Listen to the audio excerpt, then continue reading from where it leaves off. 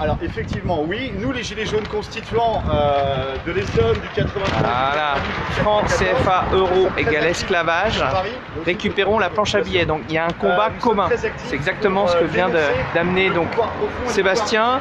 Les discussions ont lieu avec les employés, avec les passants, vous voyez. Donc Sébastien, je reviens à toi.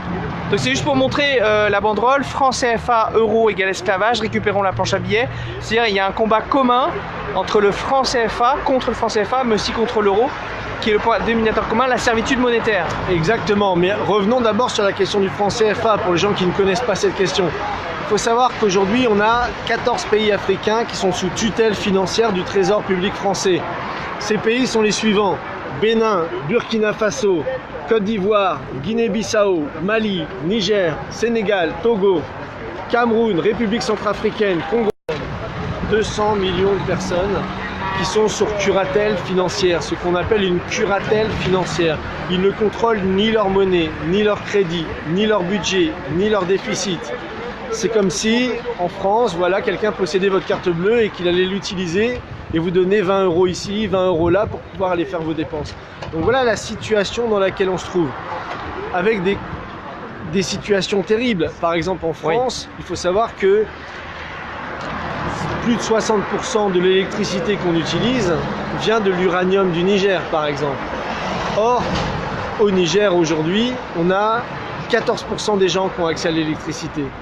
C'est-à-dire qu'il n'y a pas d'hôpitaux, les femmes accouchent de nuit, dans le noir, il y a beaucoup de mortalité infantile, etc. C'est-à-dire que cette politique du franc CFA a empêché les pays de se développer.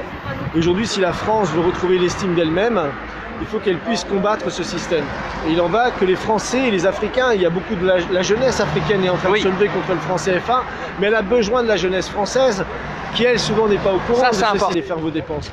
Donc voilà la situation dans laquelle on se trouve, avec des situations terribles. Par exemple en France, il faut savoir que plus de 60% de l'électricité qu'on utilise vient de l'uranium du Niger, par exemple. Or, au Niger aujourd'hui, on a 14% des gens qui ont accès à l'électricité. C'est-à-dire qu'il n'y a pas d'hôpitaux, les femmes accouchent de nuit, dans le noir, il y a beaucoup de mortalité infantile, etc. C'est-à-dire que cette politique du franc CFA a empêché les pays de se développer. Aujourd'hui, si la France veut retrouver l'estime d'elle-même, il faut qu'elle puisse combattre ce système. Et il en va que les Français et les Africains, il y a beaucoup de la jeunesse africaine est en train de se lever contre le franc CFA, mais elle a besoin de la jeunesse française qui, elle, souvent n'est pas au courant de ce système. Ça, c'est important. Voilà, la jeunesse française qui non seulement doit aider pour des questions d'ordre simplement de justice, de libérer ces pays-là de la curatelle financière, et comme tu le disais Yannick aussi, de se libérer nous-mêmes de la curatelle de l'euro. On a un ennemi commun, l'État profond, l'oligarchie financière. Elle n'a pas de frontières, elle est mondialiste, elle est aussi bien présente en Afrique que chez nous en Europe. Exactement, d'ailleurs, ce que dénonçait Tshilhang Pouemi sur le franc CFA, ça vaut aujourd'hui pour l'euro. Son existence à l'euro ou au franc CFA dépouille les États de leur souveraineté monétaire. Et aujourd'hui, les pays de l'Union européenne sont dans la même situation que les 14 pays d'Afrique qui sont soumis à cette tutelle du franc CFA. Donc, euro, CFA, même combat. On ne peut pas opposer les uns aux autres. La supranationalité monétaire, ça a toujours été utilisé par l'oligarchie avec ce qu'on appelle des banques centrales indépendantes, mais qui sont pas indépendantes, qui sont indépendantes des peuples et des États, mais pas indépendantes de l'oligarchie financière, des marchés financiers, de JP Morgan, Goldman Sachs, etc. Donc on est dans le même combat et c'est le message qu'on est venu dire ici à Chamalières. Parce qu'il y a à la fois la Banque de France, je vais montrer d'ailleurs qui n'est plus nationalisée. Aujourd'hui, la Banque de France n'est pas nationalisée. Et à la fois la production du franc CFA, qui imaginerait que la monnaie de son pays soit fabriquée dans un autre pays. Ça n'existe nulle part. Sauf ici. Sauf ici. Voilà. Et quand on explique dans le monde que l'argent des Africains est fabriqué en France sous contrôle du Trésor public français, personne ne nous croit même. C'est-à-dire qu'on a un paradoxe. Voilà. Donc, on est venu pour dénoncer ça, pour dénoncer la répression monétaire que dénonçait Pouemi. Je vous montre la carte. Voilà, soutien des automobilistes. Alors une chose que tu as dit tout à l'heure, c'est que la jeunesse africaine et la jeunesse européenne avaient un ennemi commun et devaient travailler ensemble. Alors justement, il y a une chose aussi qui est intéressante, c'est qu'il y a hier ou avant-hier, je ne sais plus, il y a un collectif de jeunes africains, ou de moins jeunes africains d'ailleurs, peu importe, qui s'appelle UDC, Unité, Dignité, Courage, qui étaient là en fait, ils étaient à l'entrée, vous voyez, ici, voilà, pour faire prendre conscience aux ouvriers que, voilà. Alors notre message est un peu différent, c'est bien sûr on dénonce le franc CFA, comme tu viens de le faire, mais surtout on veut reconvertir cette imprimerie demain pour qu'elle fasse des francs en fait. Et uniquement des francs français, voilà. Voilà, et pas des francs africains. Voilà. Exactement. Voilà. Donc ils puissent reproduire leur monnaie chez eux. Unité, dignité et courage sont des panafricains. C'est des gens qui se battent pour un nationalisme africain, un nationalisme panafricain. Et donc se battent pour que justement ils puissent avoir la souveraineté monétaire. Parce que comme on le sait, si l'État ne contrôle pas la monnaie, on ne le répétera jamais assez, hein, c'est la monnaie qui contrôle l'État.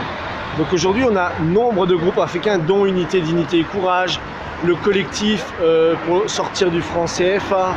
On a de nombreuses pages Facebook que vous pouvez aller suivre sur internet qui font de la pédagogie là-dessus. Voilà. Or, en France, la question du franc CFA, on se rend compte qu'elle est quasiment inconnue, qu'elle n'est abordée par personne. Et donc, il n'y a pas la volonté pour les Français de se dire, bon voilà, on a fait une erreur, maintenant on va arrêter cette erreur et on va aller de l'avant et travailler avec nos amis africains, la jeunesse africaine. Et la bonne chose, et je pense que c'est très important que les Gilets jaunes soient là parce que les choses évoluent. Et j'aimerais vous lire, ça va prendre 2 minutes, mais c'est l'initiative qui a été lancée par des économistes africains. Donc je conseille pour ceux qui ne connaissent pas de lire ce livre. Donc sortir l'Afrique de la servitude monétaire, Kako Nububko, qui a été l'ancien ministre de l'économie du Togo, Martial Zebelinga, Bruno Tinel, Demba Moussa Dembélé, qui sont des économistes qui ont expliqué les mécanismes sous-jacents à cette servitude monétaire. Alors cette image est très belle. Derrière, pour ceux qui arrivent sur le live, vous avez l'imprimerie en France à Chamalières qui imprime les francs CFA. Et à Paris, les taux de change de cette monnaie qui concerne donc 100 millions, 150 millions d'habitants en Afrique sont définis à Paris contre leur développement. Et là, on brandit ça. Sortir l'Afrique de la servitude monétaire. Voilà, ça c'est important. Voilà.